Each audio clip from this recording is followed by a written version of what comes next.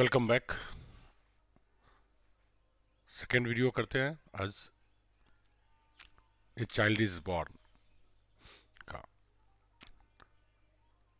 Thus we in the West would regard it as outrageous that a woman could lose her own name and become known as the mother of her firstborn once she has born it, although of course most of us do not protest against the sinking of the woman's lineage under her husband's name at marriage.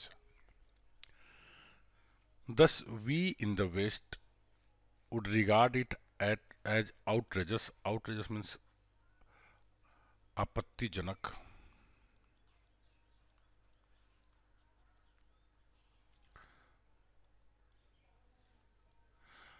लेखिका जर्मिन ग्रियर ये कहती है कि हम लोग पश्चिमी देशों में इस बात को आपत्तिजनक मानते हैं, मानेंगे या बुरा मानेंगे कि एक औरत अपना नाम खो दे और वो जानी जाए अपने फर्स्ट जन्म हुए बच्चे के नाम से।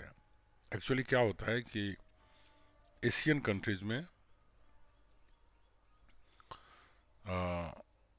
घर में माँ को उनके फर्स्ट बच्चे की मदर कह करके बुलाया जाता है, जैसे रोहन की मम्मी, मोहन की मम्मी, बजाय इसके कि उसके नाम के। तो कहते हैं ऐसी बातें अगर वेस्ट में हो, पश्चिमी देशों में हो, तो ये लोग बुरा मानेंगे कि वो कोई औरत अपना नाम खो दे और वो जानी जाने लग जाए कि अपने बच्चे के फर्स्ट बच्चे के जो नाम है उससे उसकी मदर कहलाने लग जाए। तो ये बात शायद पश्चिम के लोगों को अच्छा नहीं लगेगा। Once she has borne it, although of course most of us do not protest against the sinking of the woman's lineage मतलब होता है वंश, under her husband's name at marriage। क्योंकि दो चीज़ें होती है, एक तो जब बच्चा जन्म लेता है औरत को तो वह अपने उसके बाद से क्या होता है उस बच्चे की माँ कहलाने लग जाती है। दूसरी एक और बात होती है कि जब भी कोई माँ अपने बच्चे को जन्म दे देती है तो हालांकि इसके लिए ज़्यादातर माँ जो है उसका विरोध नहीं करती है कि औरतों का जो वंश होता है वो अपने शादी के बाद पति के वंश में मिल जाती है, मतलब पति के वंश के नाम से जाने लगती है। जैसे मान लो कि किसी औरत का नाम है सीता देवी और उसकी शादी होती है मिस्टर राम कुमार वर्मा से, तो अब वो सीता देवी ना कहला करके क्या कहलाती है, मिसेज वर्मा, या सीता देवी के बजाय या कोई और भी नाम का टाइटल रहा हो, लेकिन शादी के बाद वो जानी जाती है अपने पति के टाइटल से। तो इस चीज़ का हालांकि कोई विरोध भी नहीं करता है ज़्यादा। इन many traditional societies the relationship between mother and child is more important than the relationship between husband and wife. In some, indeed, the child's relationship with the rest of his family is as important or even more important than either. कहता है कि बहुत सारे जो पारंपरिक समाज है वहाँ पे माँ और बच्चों के बीच जो संबंध होता है उससे ज़्यादा महत्वपूर्ण संबंध होता है पति और पत्नी के बीच। जबकि हाँ बिल्कुल, जबकि कुछ खास स्थिति में जो बच्चा का जो संबंध होता है परिवार के अन्य लोगों से वो बहुत ज़्यादा महत्वपूर्ण होता है, या अभी हमने जो पहले दोनों बात की है शायद उससे भी ज़्यादा महत्वपूर्ण होता है कि माँ बाप के रिलेशन या परिवार के अन्य सदस्यों की तुलना में जो रिलेशन होता है उसे ज़्यादा महत्वपूर्ण होता है।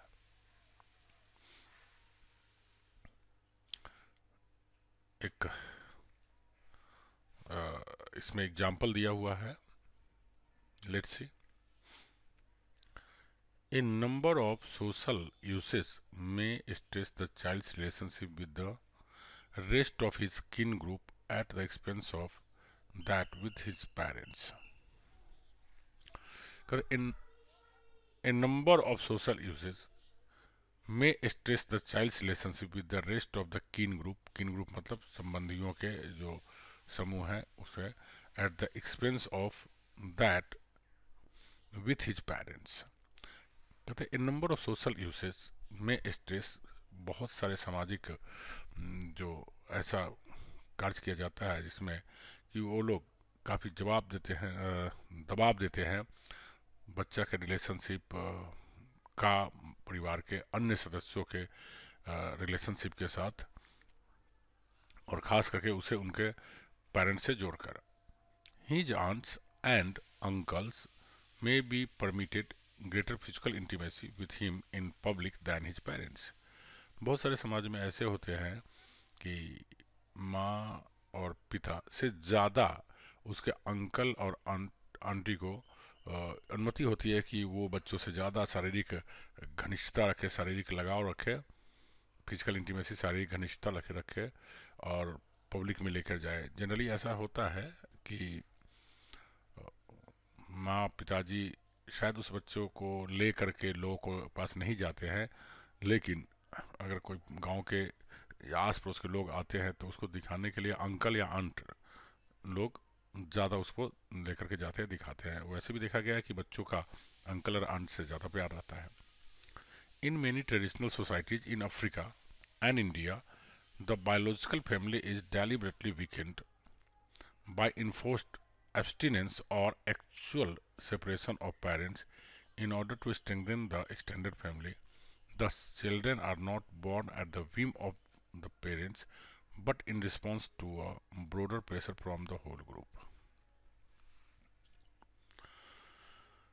कहता इन भारत एवं अफ्रीका के बहुत सारे पारंपरिक समाज में ये देखा गया है कि जो बायोलॉजिकल फैमिली है वो जानबूझ करके कमज़ोर किया जाता है। मतलब एक खून से जन्मे हुए जो परिवार होता है उसको जानबूझ करके कमज़ोर किया जाता है, डेलिबरेटली मतलब जानबूझ करके, वीकेंड मतलब कमज़ोर किया जाना, बाय इन्फोर्स्ड एब्सटिनेंस और एक्चुअल सेपरेशन ऑफ पेरेंट्स। अब उसके पीछे कारण ये होता है कि कई बार क्या दबाव डाला जाता है कि नहीं नहीं तुम दूर रहो। दूसरा कि परिवार का सेपरेशन होता है, जो बंटवारा हो जाता है।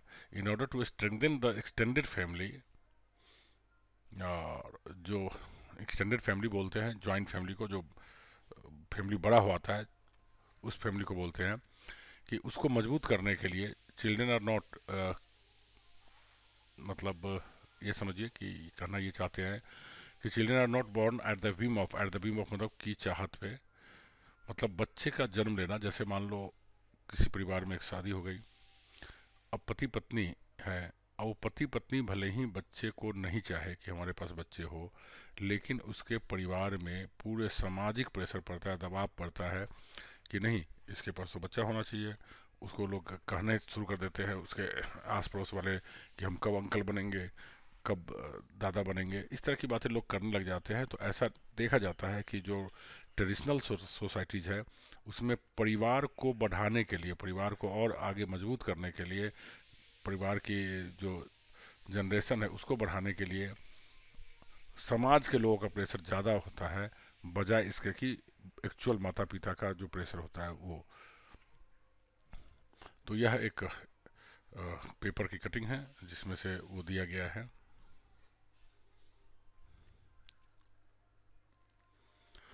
The woman who satisfied the longings for her peers by producing the child, they are all anxious to see, find her achievement celebrated in ways that dramatize her success। अब देखो औरतें मर्द सब लोग जो आस पड़ोस के होते हैं, जो उनके पीयर्स होते हैं, उनके साथी होते हैं, वो लोग चाहते रहते हैं कि भाई आपके बच्चे हो। और जब कोई औरत बच्चे को जन्म दे करके उन अपने साथियों को संतुष्ट करती है तो वो सारे लोग जिनको बड़ी ख्वाहिश थी कि इनके बच्चे हो, वो सब बड़ी उत्सुकता बस बड़ी चिंतित होकर के आते कि हाँ कैसा बच्चा हुआ, क्या है, कैसे है, पूरा देखने के लिए आते हैं। और साथ ही वो इस क्षण को, इस कामयाबी को, कामयाबी क्या है, बच्चे को जन्म देना, घर में नए मेहमान को लाना, तो इस कामयाबी को वे लोग बड़े नाटकीय ढंग से इसको सेलिब्रेट करते हैं, इसका समारोह मनाते हैं। Among the few first-person accounts of how this works in practice is this one from a young celebrity woman। किस तरह से जब कोई औरत बच्चा को जन्म देती है तो किस तरह के शुरुआती दौर में कार्यक्रम किया जाता है औरत के साथ, किस तरह की रीति रिवाज रही है, उसका एक एग्जाम्पल अभी देखने को मिलेगा सिलहट्टी वुमन के बारे में। सिलहट्टी एक्चुअली असम और बांग्लादेश के हिस्सा में सिलहट्टी लैंग्वेज बोले जाने वाली क्षेत्र है, तो वहाँ के लोगों को सिलहट्टी कहा जाता है। तो वहाँ की एक औरत है, उसके बारे में थोड़ी सी डिटेल्स दी गई है। So let's see. If a girl is lucky and her parents are alive, अगर लड़की जिसकी शादी हो गई है उसके माता पिता अगर जिंदा है, she goes to her mother's house for the last few months of her pregnancy and about the first 3 months of the baby's life. तो वो औरत क्या करती है, जब प्रेगनेंसी हो जाती है तो जब बच्चा जन्म लेने वाली होती है उससे कुछ महीना पहले वो चली जाती है अपने माँ पिताजी के पास, और फिर वहाँ बच्चे के जन्म होने के 2-3 महीने तक, 3 महीने तक ऑलमोस्ट वहीं रहती है। There she gets a lot of love, वहाँ उसे बहुत प्यार मिलता है, एंड केयर, और लोग मतलब उसकी परवाह करते हैं। She is asked what would you like to eat, उससे पूछा जाता है अक्सर क्या खाओगे, व्हाट डू यू फैंसी, आपको क्या मन करता है खाने का, क्या करने का मन करता है। All the time she is looked after, हमेशा उसकी देखभाल की जाती है उस प्रेग्नेंट औरत को।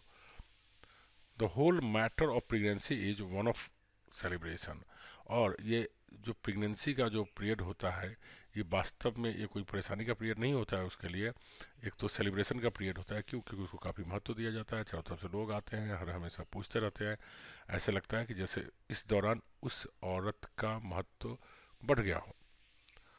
When the baby is born, it is an occasion of joy for the whole family, और जब बच्चा जन्म लेता है तो यह पूरे परिवार के लिए एक खुशी का माहौल होता है, एक समारोह का माहौल होता है।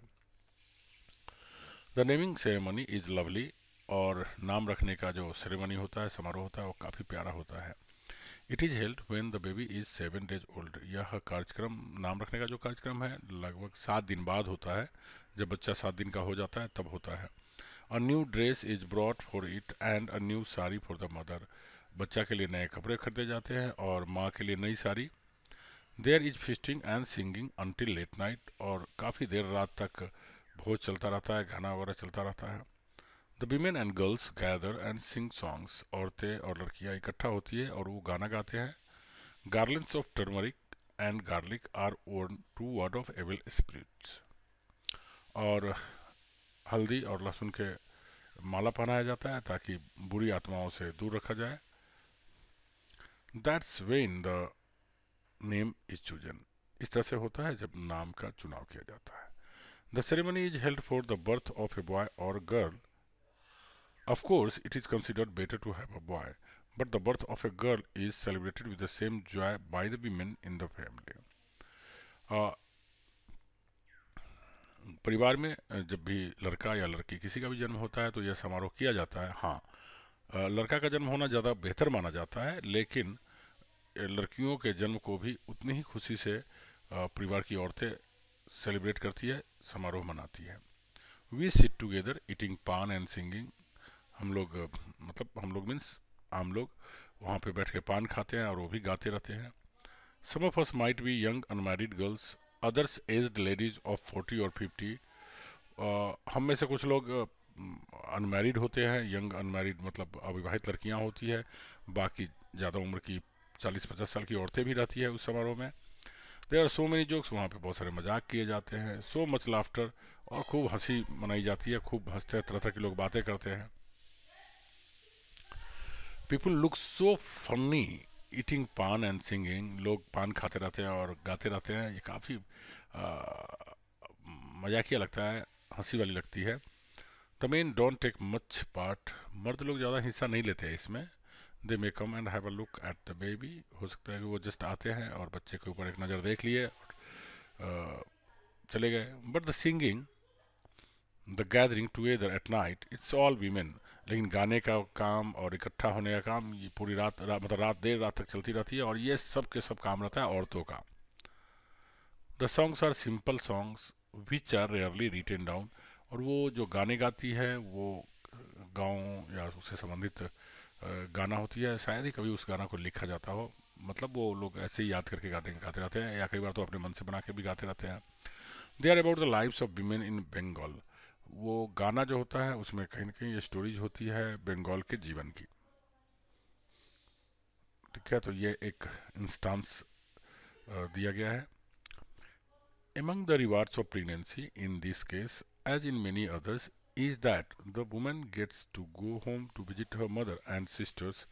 The nostalgic tone of the description, which is clearly tinged with rose, may be the product of the contrast that this young woman finds in England. अब देखिए यहाँ पे बात की गई है इंग्लैंड की, जो लेखिका है वो अपने साइड की बात कर रही है। Among the rewards of pregnancy in this case, इस तरह की घटनाएं होती है तो बहुत सारे उपहार दिए जाते हैं। एज मेनी अदर्स, जैसा कि इन मेनी अदर्स, जैसा कि बहुत सारे दूसरे केसों में, is that the women gets to go home to visit her mother and sisters. जब बच्चे जन्म हो आती है तो माँ क्या करती है, अपने मायके अपनी माँ और अपनी बहनों से मिलने जाती है। क्यों? द नोस्टाल्जिक, नोस्टाल्जिक मतलब होता है घर की याद आना, गृह मोह। The nostalgic tone of the description, इससे ये पता चलता है कि उसे अपने माँ, पिताजी या बहन सबकी याद आ रही है, तो घर की याद जैसी वर्णन मिलता है। विच इज़ क्लियरली टिंज्ड विथ रोज, जो निश्चित रूप से एकदम स्पष्ट, जिस तरह से गुलाब भरा होता है, गुलाबी रंग से भरा होता है, टिंज्ड मतलब से भरा हुआ, रंगा हुआ होना, उस तरह से यह पूरी तरह से प्रक्रिया भरी होती है। May be the product of the contrast that this young woman finds in England, हो सकता है कि इस यंग लेडी जो अभी जस्ट बच्चे को पैदा की है, तो उसे काफ़ी ये सब कुछ अच्छा लग रहा हो, सब कुछ उसको काफ़ी एक कलरफुल दिख रहा हो।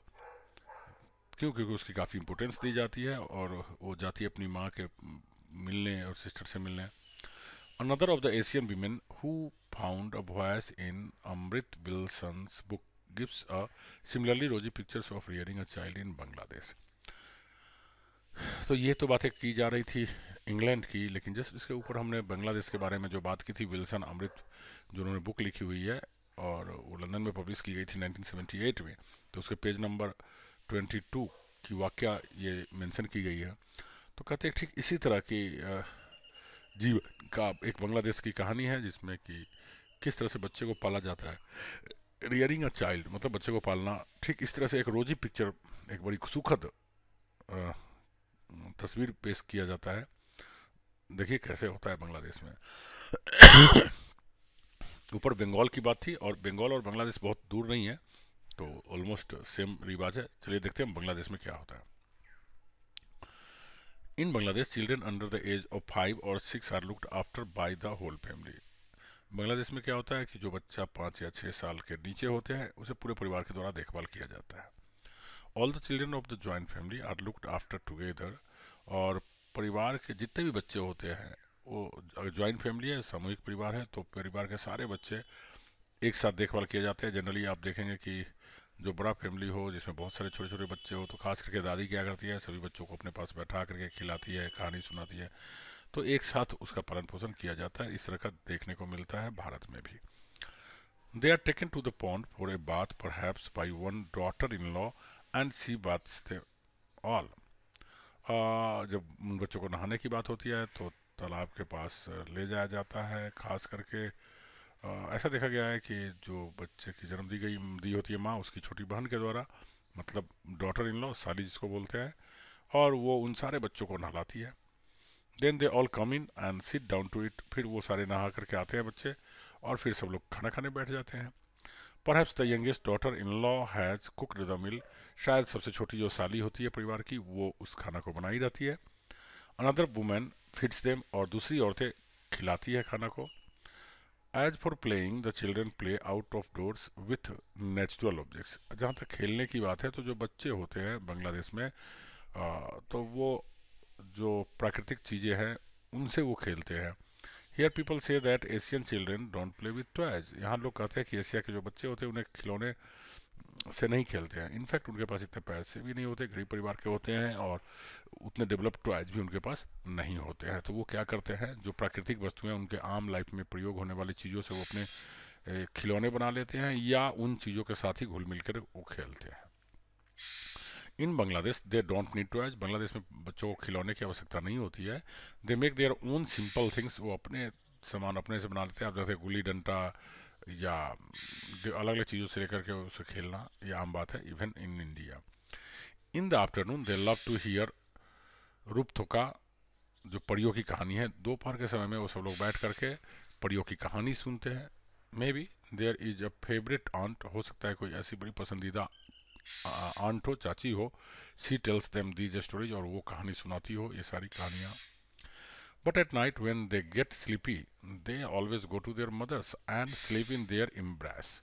लेकिन जब रात आती है और उन्हें जब नींद आने लगती है तो वो अपनी माँ के पास चले जाते हैं और उन्हीं की गोद में, एम्ब्रेस मतलब गोद, और वो अपनी माँ की गोद में सो जाते हैं। एम्ब्रेस मतलब गोद, बाहों में। But other women do help a lot, लेकिन दूसरी औरतें काफ़ी मदद करती है। इनफैक्ट वास्तव में they have such a strong relationships with the child that it is not uncommon for them to be called big mother or a small mother. उनका मतलब परिवार के बाकी लोगों का, चाहे औरत हो या मर्द हो, बच्चों के साथ इतना ज़बरदस्त रिलेशन होता है, इतना ज़बरदस्त जुड़ाव होता है कि यह बात कोई अजीब नहीं लगता है कि कोई औरत को बड़ी माँ या छोटी माँ कहा जाना। मतलब दूसरी औरतें भी होती है, वो बड़ी माँ या छोटी माँ कही जाती है। मतलब ये हुआ कि उनका भी बहुत इम्पोर्टेंस होता है और वो बहुत बच्चों से लगाव रखती हैं। All technological change causes social problems, तकनीकी जितने भी बदलाव किए गए हैं वो सामाजिक समस्याएं उत्पन्न करती है। The impact of western medicine in traditional societies is one of the most problematic areas of modernisation. वास्तव में जो ये पश्चिमी चिकित्सा पद्धति जो है, उसका जो प्रभाव है, जहाँ के भी पारंपरिक समाज है वहाँ पे ये बहुत सारी समस्याएं उत्पन्न करती है। और हम कह सकते हैं कि आधुनिकता की बहुत बड़ी एक समस्या है टेक्नोलॉजिकल चेंजेज, तकनीकी बदलाव जो हुआ है।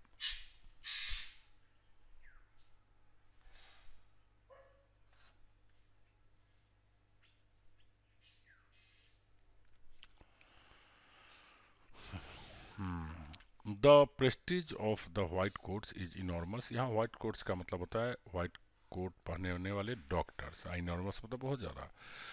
Prestige, the prestige of the white coats is enormous, डॉक्टरों की प्रतिष्ठा काफ़ी अधिक है।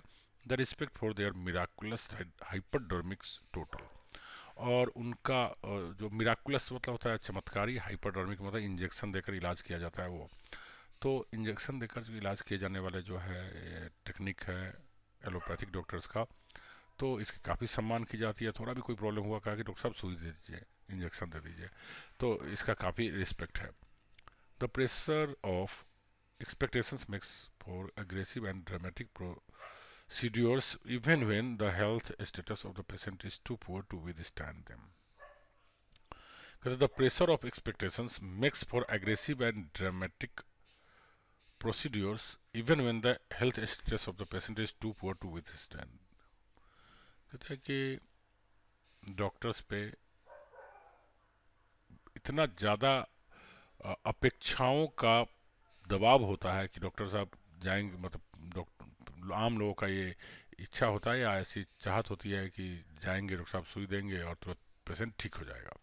अब डॉक्टर साहब का भी समस्या है कि डॉक्टर ये सोचते हैं कि उसके उम्मीदों पे खरा उतरना है, नहीं तो अगले दिन से पेशेंट नहीं आएगा। तो इस तरह के एक्सपेक्टेशंस इतना ज़्यादा होता है कि डॉक्टर भी एकदम तबातोड़ एग्रेसिव होकर के एकदम तबातोड़ क्या करते हैं, दवाई देना शुरू कर देते हैं और ड्रामेटिक प्रोसीड्यूर्स एकदम बहुत सारे क्रियाकलाप करना शुरू कर देते हैं। जबकि सच्चाई ये होता है कि पेशेंट की भले ही ऐसी स्थिति नहीं हो कि उतनी सारी इलाज, उतने सारे दवाइयों का वो बर्दाश्त कर सके, बावजूद इसके डॉक्टर्स भी इलाज करते हैं। Allopathic doctors is peasant in peasant communities are dependent upon expensive drugs, sparkling equipment, and lots of electricity, most of which they have not got in sufficient quantity. बात करें एलोपैथिक डॉक्टर्स कौन होते हैं? जिनको हम अंग्रेजी डॉक्टर्स कहते हैं। एलोपैथिक डॉक्टर्स खास करके जो पीजेंट्स कम्युनिटीज है, किसान की जो समुदाय है, जहाँ पे बड़े पैमाने पे लोग किसान हैं, तो वैसे क्षेत्रों में पूरी तरह से निर्भर करती है एलोपैथिक इलाज महंगी दवाइयों पे, एक्सपेंसिव ड्रग्स महंगी दवाइयों पे, और चमकती चमचमाती इक्विपमेंट। बहुत सारे जो एलोपैथिक डॉक्टर्स हैं बहुत सारे औजार वगैरह रखते हैं जिसे इलाज करते हैं उससे, और उसमें से बहुत सारे औजार जो है, बहुत सारे मशीन जो है क्या है, उसके लिए बहुत सारा इलेक्ट्रिसिटी चाहिए। Most of which they have got not in sufficient quantity. और डॉक्टर्स लोगों के पास तो बहुत सारे, ठीक है उनके पास मशीनरी होती है, लेकिन पर्याप्त क्वांटिटी में, जितनी कम मात्रा में होनी चाहिए, जिस संख्या में पेशेंट्स हैं उस संख्या में उनके पास ये सुविधाएं नहीं होती है। तभी तो हम देखते हैं लाइन लगी रहती है। आप जांच करवाने जाना है डायग्नोसिस सेंटर पे तो वहाँ पे लाइन लगी होती है, सब जगह लाइनें लगी रहती है और प्रॉपर तरीके से ट्रीटमेंट नहीं हो पाता है। Where foreign sorry where foreign aid has established that temple of our religion, the hospital, it must make a ritual display of its power with horrible results. Sheila Kitzinger visited an enormous modern hospital for Bantu patients in South Africa, and this is what she saw. आपको मालूम है कि बहुत सारे देश में, खास करके गरीब देशों में जहाँ पे धार्मिक टेम्पल्स भी बनाए गए हैं, लेकिन यहाँ पे कहना जा रहा है कि जो हमारा विश्वास का टेम्पल है उसको, किसको, हॉस्पिटल को वहाँ पे बनाए गए। वेयर फॉरेन एड, विदेशी मदद से, has establish that temple of our religion, जो हमारे धर्म के मंदिर बनाए हैं, द हॉस्पिटल, हॉस्पिटल बनाए हैं। It must make a ritual display of its power with the horrible results. वहाँ पे जाकर देखते हैं तो एक डरावनी सी परिणाम देखने को मिलती है इस धार्मिक परिवर्तन में। कहने का मतलब यह है कि विदेशी फंड की सहायता से गरीब देशों में हॉस्पिटल्स बना दिए गए हैं, वहाँ बहुत सारे सामान दे दिए गए हैं, लेकिन वहाँ पर जो ट्रीटमेंट की स्थिति है वो बहुत ही भयावह है।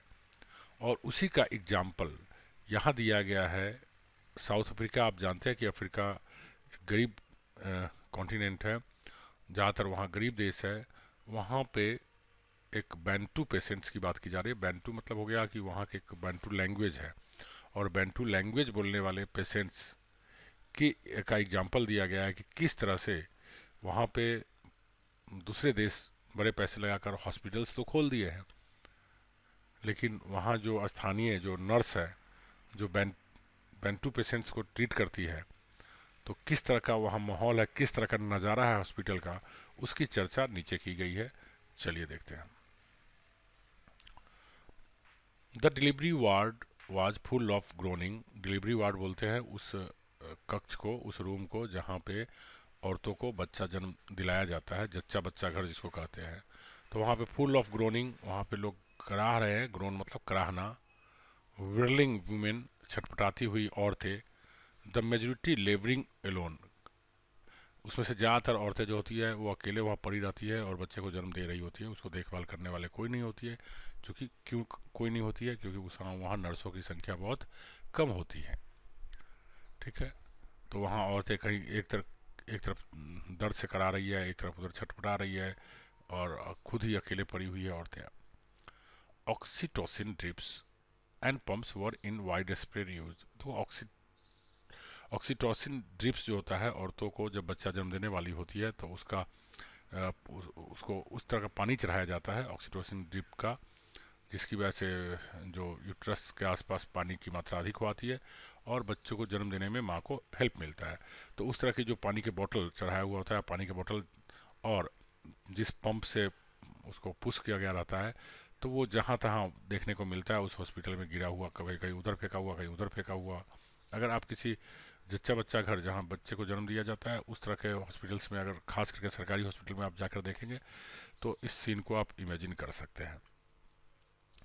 This was the meeting place of the old Africa and the new technology of the west. अब देखो इस अफ्रीकन कंट्री में वास्तव में पुराने अफ्रीका का देश है, जहाँ पश्चिम के देशों ने हॉस्पिटल इस्टेब्लिश कर दिया हुआ है और आधुनिक नए तकनीक ला के रख दिया हुआ है करने के लिए। तो ये लेखिका कहती है कि ये वास्तव में पुराने अफ्रीका और पश्चिम देशों के नए तकनीक का मेल है यहाँ। पुल्स ऑफ ब्लड ले ऑन द फ्लोर लाइक सेक्रीफाइशियल आउटपोरिंग्स। कभी आप देखेंगे जहाँ पे बलि चढ़ाई जाती है जानवरों की, ठीक है। इंडिया और एशियन कंट्रीज में इस तरह के ट्रेडिशंस काफ़ी रहे हैं कि वहाँ पे जानवरों की बलि चढ़ाई जाती है, तो सैक्रिफिशियल आउटपोरिंग्स, तो वहाँ बलि जब गर्दन वगैरह काटा जाता है या बलि चढ़ाई जाती है जैसे भी हो, तो वहाँ बहुत सारे खून गिरते हैं और जहाँ तहाँ खून गिरे हुए रहते हैं। तो कुछ इसी तरह का नज़ारा उस हॉस्पिटल में देखने को मिलती है। जब बच्चे को माँ जन्म देती है तो कई बार ब्लडिंग होता है, तो ब्लीडिंग होने के कारण खून गिरा होता है, तो कहता है पुल्स ऑफ ब्लड ले ऑन द फ्लोर, ज़मीन पर खूनों का थक्का, खूनों का जमावड़ा लगा हुआ रहता है, पड़ा रहता है। ऐसे दिखता है जैसे कि वहाँ पे किसी की बलि दी गई हो। And Bantu nurse were happy to leave them there as a witness of the blessings of the earth. और कहते हैं कि जो बैंटू नर्सेस है, मतलब बैंतू भाषा में बोलने वाली जो नर्सेज है वहाँ पे, वो लोग उसका परवाह नहीं करती है, छोड़ देती है ज़मीन पे गिरे हुए रहने में, जैसे कि जैसे कि धरती पर उस आशीर्वाद का वो साक्ष्य हो, जैसे कि धरती पर उस आशीर्वाद का साक्ष्य हो। मतलब क्या कि धरती पर जैसे जन्म लिया है बच्चा और इस बात का साक्ष्य हो। While they busied themselves with the technologically sophisticated modern equipment and ignored the laboring women as far as possible, which it was not so difficult to do as they did not speak the same language anyway.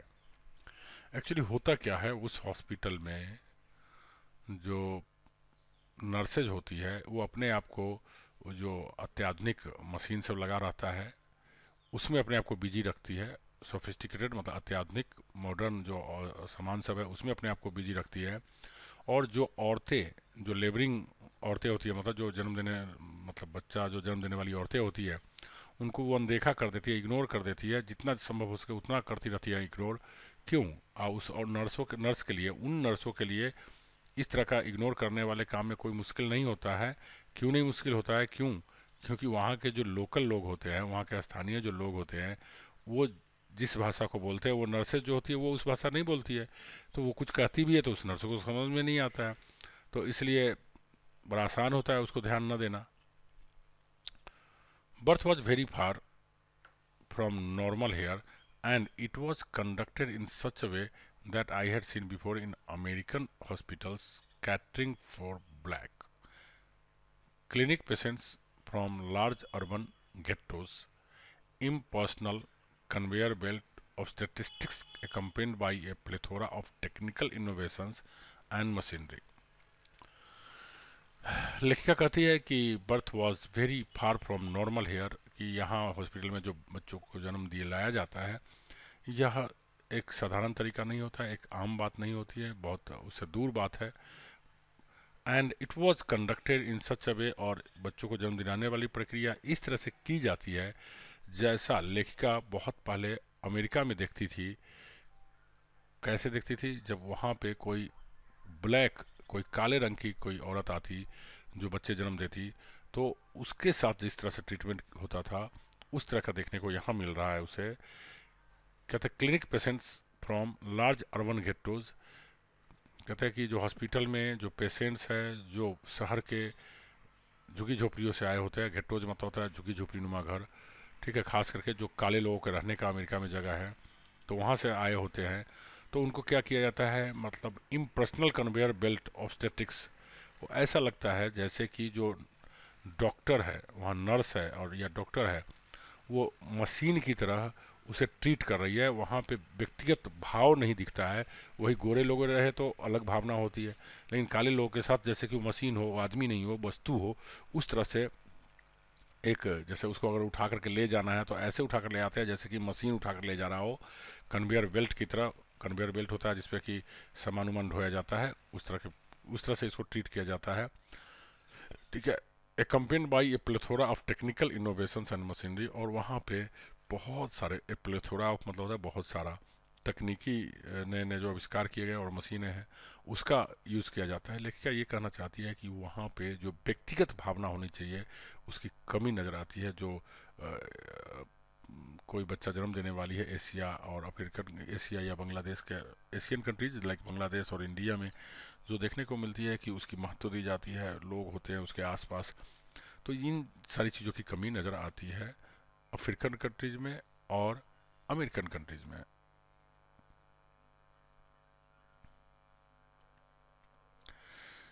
If we turn birth from a climatic personal experience into a personal disaster, it matters little that the result is more likely to be a life child. कहते if we turn birth from a climatic personal experience into a personal disaster, कहते अगर हम जन्म को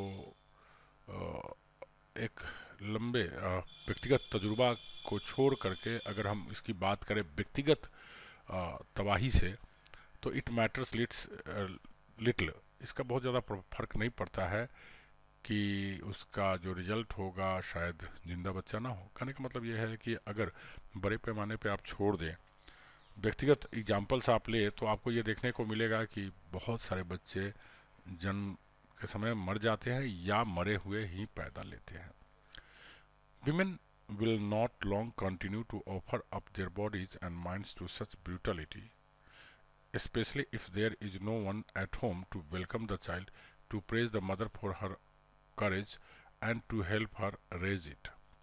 देखिए ये मुझे लगता है कि लेखिका जो है अमेरिका और इंग्लैंड के परिप्रेक्ष्य में बोल रही है, क्योंकि वहाँ उन देशों में कोई औरत प्रेग्नेंट होती है, बच्चे को जन्म देती है, तो ये बहुत बड़ा इम्पोर्टेंस नहीं होता है और वो लोग उतना केयर उस माँ को नहीं करती है। वो हॉस्पिटल में भेज दिया गया, हॉस्पिटल में डॉक्टर्स केयर करती है, दैट्स ऑल। तो सोशल एक नज़र नहीं आता है। तो इसी वजह से आप देखेंगे कि जो यूरोपियन कंट्रीज है वहाँ पे बहुत सारी ऐसी औरतें हैं जो बच्चा देना ही नहीं चाहती है। वो अपने लाइफ को इतना एंजॉय करती है कि बच्चों को देना पसंद नहीं करती है। उन्हें लगता है कि उनके साथ बर्बरता किया जा रहा है, बच्चों को जन्म देने में जो कष्ट होता है उसकी वजह से। तो इस तरह की भावना यहाँ पे है। Women will not long continue to offer up their bodies and minds to such brutality. कहती है कि औरतें बहुत लंबे समय तक इस बात के लिए राजी नहीं होगी कि उनके शरीर का इस्तेमाल, उनके शरीर और दिमाग का इस्तेमाल किया जाए उसके साथ क्रूरता करने के लिए, ब्रूटिलिटी करने के लिए, बर्बरता करने के लिए। स्पेशली खास करके if there is no one at home to welcome the child, खास करके घर में जब आने वाले बच्चों के स्वागत करने के लिए कोई ना हो। To praise the mother for her courage, और जिस तरह से एशिया में होता है कि माँ जब प्रेग्नेंट होती है तो उसके साहस के लिए बहुत उसकी प्रशंसा की जाती है, और ऐसी स्थिति जहाँ पे उसकी माँ के साहस की प्रशंसा करने वाला भी कोई नहीं हो। And to help her raise it, और उस बच्चे को पालने पोसने में भी कोई मदद करने वाला ना हो।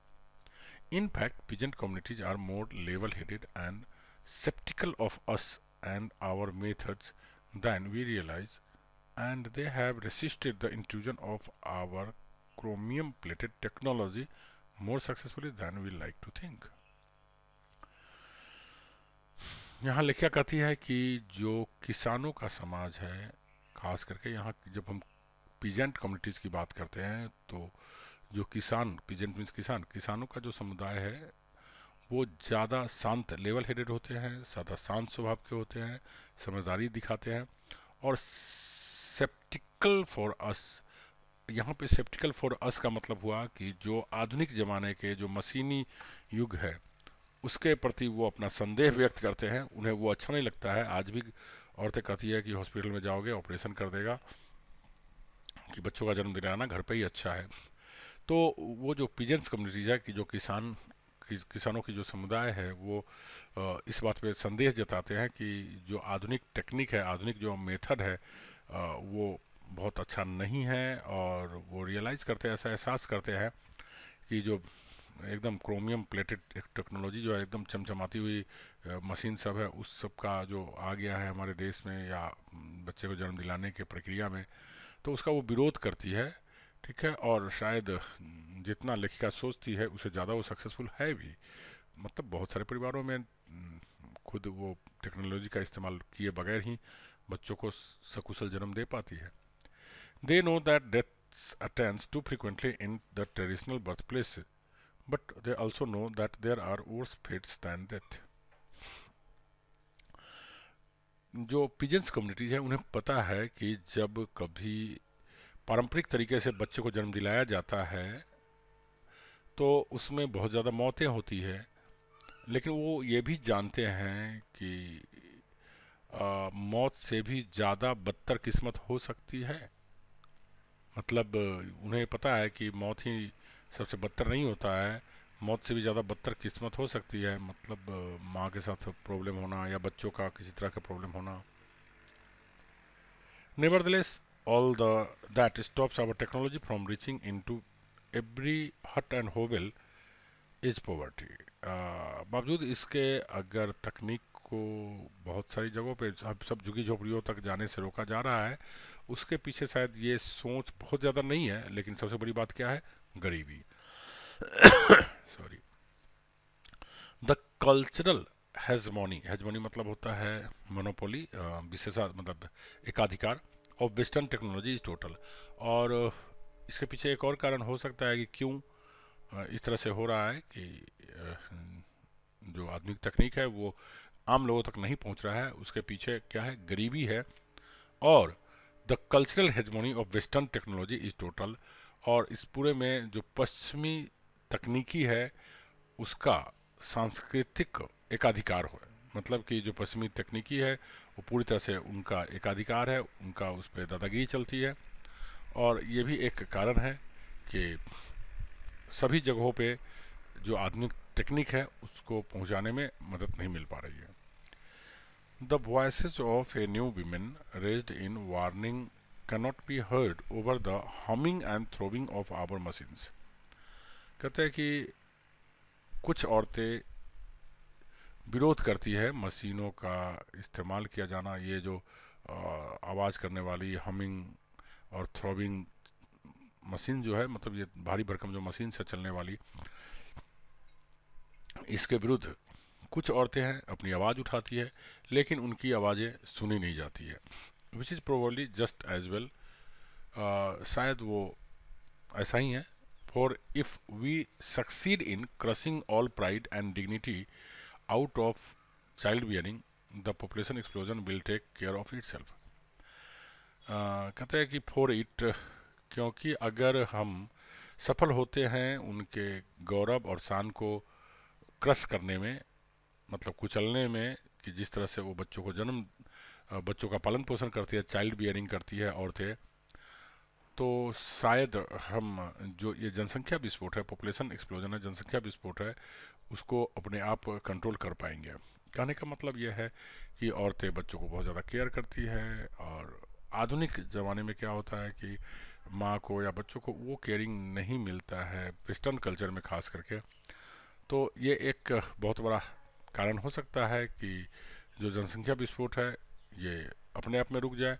क्यों? क्योंकि औरतें नहीं चाहेंगी कि हम बहुत सारे बच्चे इतना कष्ट लेकर जन्म दें, और आधुनिक औरतें नहीं भी चाहती है। तो this is all about a child is born. Thank you very much.